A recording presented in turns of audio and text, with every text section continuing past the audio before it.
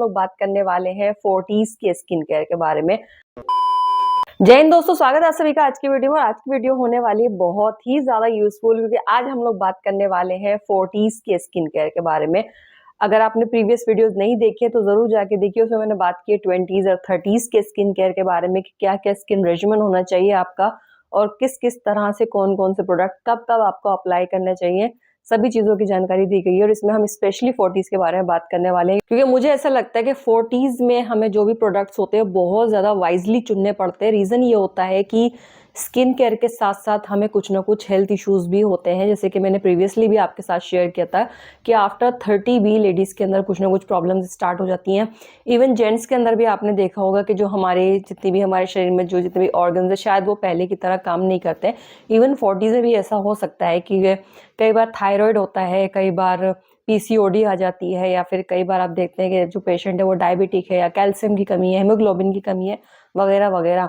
तो ये चीज़ें जितनी भी, अगर किसी भी तरह की डेफिशिएंसी हमारी बॉडी के अंदर हो रही है तो वो कहीं ना कहीं हमारी स्किन, हमारे हेयर, हमारी ओवरऑल हेल्थ पे असर डालती है, हमारी बॉडी स्ट्रक्चर पे, या जैसी हमारी बॉडी पहले दिखती थी वैसी नहीं दिखती है, काफ़ी चेंजेस होने लगते हैं। तो आज उसी के बारे में हम लोग चर्चा करेंगे। लेकिन अभी तक अगर चैनल को सब्सक्राइब नहीं कर लिया है तो जल्दी से कर लें, क्योंकि हेल्थ और स्किन से रिलेटेड वीडियोस आपकी इसी चैनल में मिलती है। साथ ही साथ हमारी इंस्टाग्राम पे 1.3 मिलियन फैमिली हो गई है, आप चाहें तो मुझे वहां पर भी फॉलो कर सकते हैं।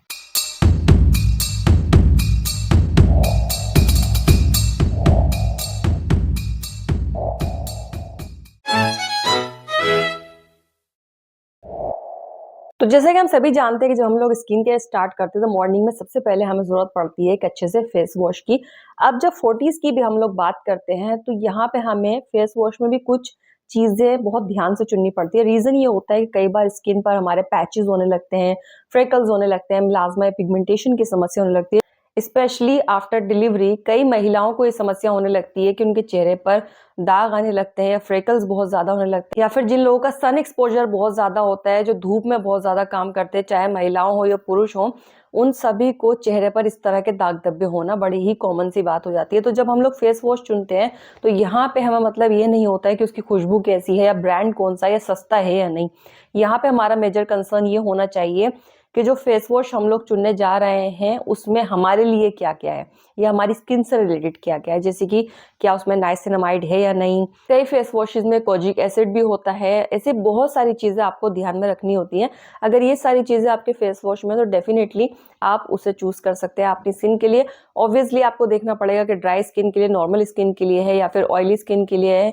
इस तरह के फेस वॉशेज आते हैं, उनमें एक चीज लिखी होती है, शायद आपने भी नोटिस की होगी, वो होता है ऑल स्किन टाइप। तो दैट्स अ गुड थिंग, क्योंकि इसके लिए आपको बहुत ज्यादा मेहनत नहीं करनी पड़ती, या फिर ऐसा नहीं करना होता है कि आपका फेस वॉश है तो वो बिल्कुल अलग ही रख सकता है। आप उसको किसी के साथ शेयर भी कर सकते हैं अगर सेम एज और सेम स्किन प्रॉब्लम्स आप लोग हो रही हैं, तो इस तरीके से आप लोग कर सकते हैं। अब बात करते हैं मॉइस्चराइजर की। मॉइस्चराइजर में भी मैं हमेशा एक चीज कहती हूँ कि आपको कुछ चीजें जरूर देखनी चाहिए, जैसे कि सेरामाइड्स। आई लव सेरामाइड्स, क्योंकि इतने अच्छे से आपकी स्किन को नरिश करते हैं और इतने आपके जो स्किन का एक बैरियर है उसको रिपेयर करने का काम करते हैं, उसको रिज्यूविनेट रखते हैं, और हाइड्रेट रखना तो ऑफकोर्स होता ही है सेरामाइड्स में। और मॉइस्चराइजर का मेन काम जो है हमारा स्किन को हाइड्रेट करना ही है, तो इस चीज का आपको खास तौर पे ध्यान रखना होता है।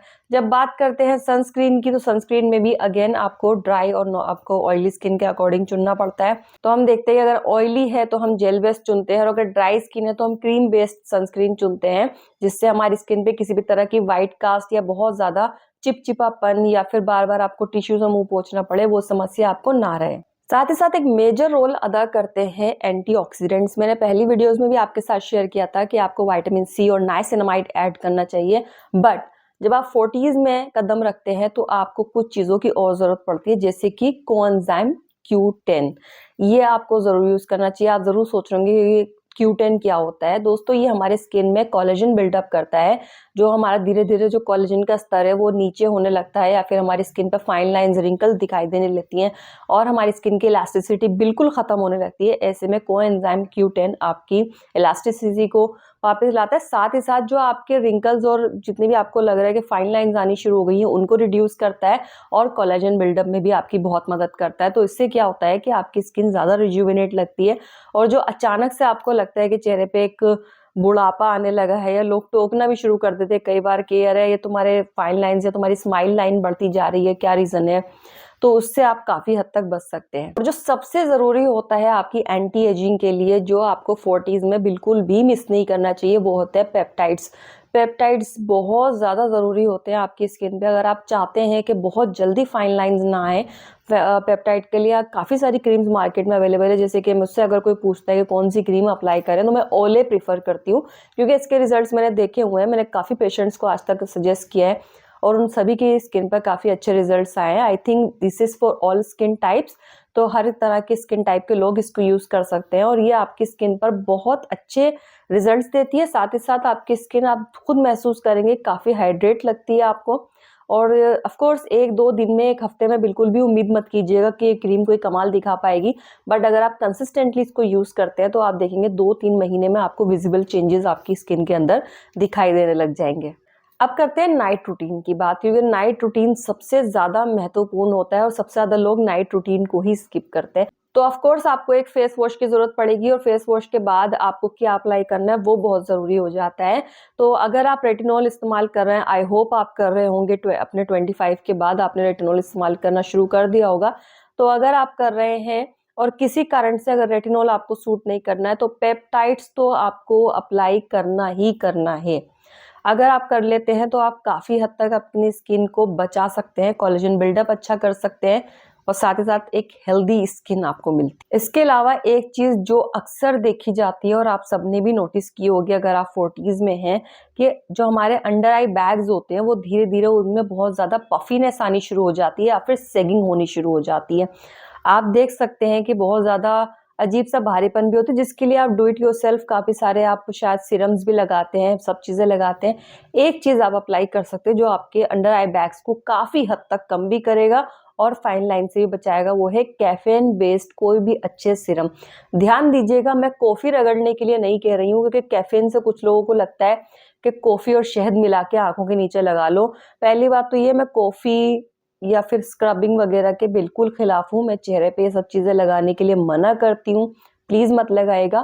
कैफीन बेस्ड जितने भी सीरम्स होते हैं वो करते क्या है कि आँखों में जो पफीनेस आ रही होती है उसको कम करते हैं। तो बिल्कुल भी ये मत सोचिएगा मैम ने कैफीन बोला है तो हम कॉफ़ी लगाना शुरू कर दें।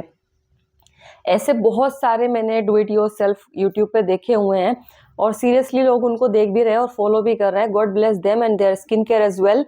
मैं इतना ही कह सकती हूँ, लेकिन बिना अपने डॉक्टर की सलाह के इस तरह के हैक्स मत लगाया कीजिए, क्योंकि स्किन डैमेज होने के चांसेस बहुत ज़्यादा बढ़ जाते हैं। तो ये था एक पूरा रूटीन जिसके बारे में हमने बात करी, लेकिन एक चीज़ बहुत ज़्यादा ज़रूरी हो जाती है जो मैं आप सबके साथ शेयर करना चाहूँगी और कई बार अपने पेशेंट्स के साथ भी शेयर करती हूँ, वो है सप्लीमेंट्स। अगर हम डाइट चार्ट की बात करें तो डाइट चार्ट में हमें इतनी चीज़ें खाने के लिए दी जाती है, लेकिन 40s तक जाते जाते कई बार हम लोग इतनी चीज़ें खाना पसंद नहीं करते, शायद हमें उतनी भूख नहीं लगती है।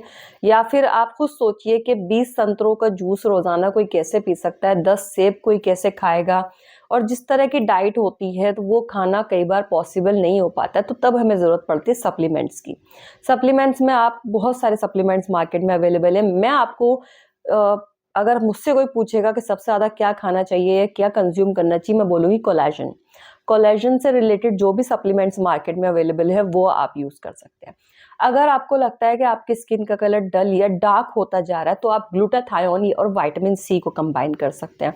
मैंने पहले भी आपके साथ ग्लूटाथायोन की एक वीडियो शेयर की थी जिसमें मैंने एक किट बताया था आपको खाने के लिए, नॉट स्पॉन्सर्ड, बट आप वो ज़रूर खा के देख सकते हैं अगर आपको इस तरह की समस्या हो रही है, क्योंकि वो नेचुरली आपकी स्किन की इलास्टिसिटी को इम्प्रूव करता है। तो ये आप कर सकते हैं। साथ ही साथ आपको ये भी देखना पड़ेगा कि क्या आपके शरीर में कैल्शियम की कमी है या हीमोग्लोबिन डाउन तो नहीं जा रहा है, क्योंकि अगर ये सब होता है तो भी आपकी स्किन बहुत ज़्यादा डल दिखने लगती है, स्किन सेल्स प्रॉपर जो जनरेट होने चाहिए वो नहीं होते हैं और बाल भी झड़ना जो है वो शुरू कर देते हैं। आपने कई बार देखा होगा कि 40s के बाद हमें धीरे धीरे थिनिंग स्टार्ट हो जाती है।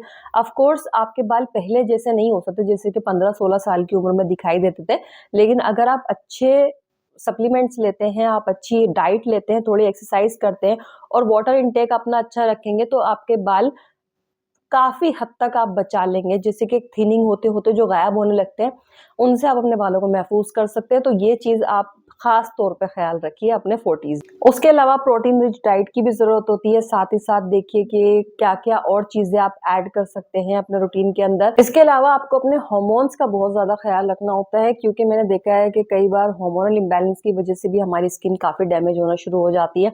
साथ ही साथ अगर आपको सीरियस इश्यूज दिखाई दे रहा है अपनी स्किन में, तो मैं निवेदन करूंगी कोई भी घरेलू नुस्खा इस्तेमाल करने से पहले अपने नजदीकी डॉक्टर, आपके जो डर्मेटोलॉजिस्ट हैं या कॉस्मेटोलॉजिस्ट हैं, उनके पास जाके कम से कम एक बार अपना स्किन केयर रूटीन बनवा लीजिए। उसके बाद आप उसको फॉलो कर सकते हैं, कोई दिक्कत नहीं है। लेकिन क्योंकि मैं घरेलू नुस्खों के खिलाफ नहीं हूँ, मैं खुद भी अप्लाई करती हूँ, लेकिन एक एज ऐसी आती है या कुछ हमारी स्किन पे ऐसी प्रॉब्लम्स होती है जिन पे घरेलू नुस्खे काम नहीं करते हैं, इवन और बदतर कर देते हैं उस चीज को। तो ये सब करने के बजाय अगर आप एक सही क्वालिफाइड डॉक्टर की सलाह लें, तो आप देखेंगे कि आप आने वाली परेशानियों से अपने आप को बचा सकते हैं। उम्मीद करती हूँ वीडियो आपके लिए यूजफुल रही होगी। अगर रही हो तो एक प्यारा सा कमेंट करके जरूर जाइएगा। अपनी दीदी, भैया, कजन, अपने सभी फ्रेंड्स, मम्मी पापा और जितने भी अंकल आंटीज फैमिली में है, सबको शेयर कीजिएगा, क्योंकि सबके काम आने वाली है ये वीडियो। मैं मिलती हूँ आप सभी से नेक्स्ट वीडियो में। तब तक के लिए अपना ख्याल रखिए, स्वस्थ रहिए, व्यस्त रहिए, मस्त रहिए, जबरदस्त रहिए। Be healthy, be holistic. जय हिंद।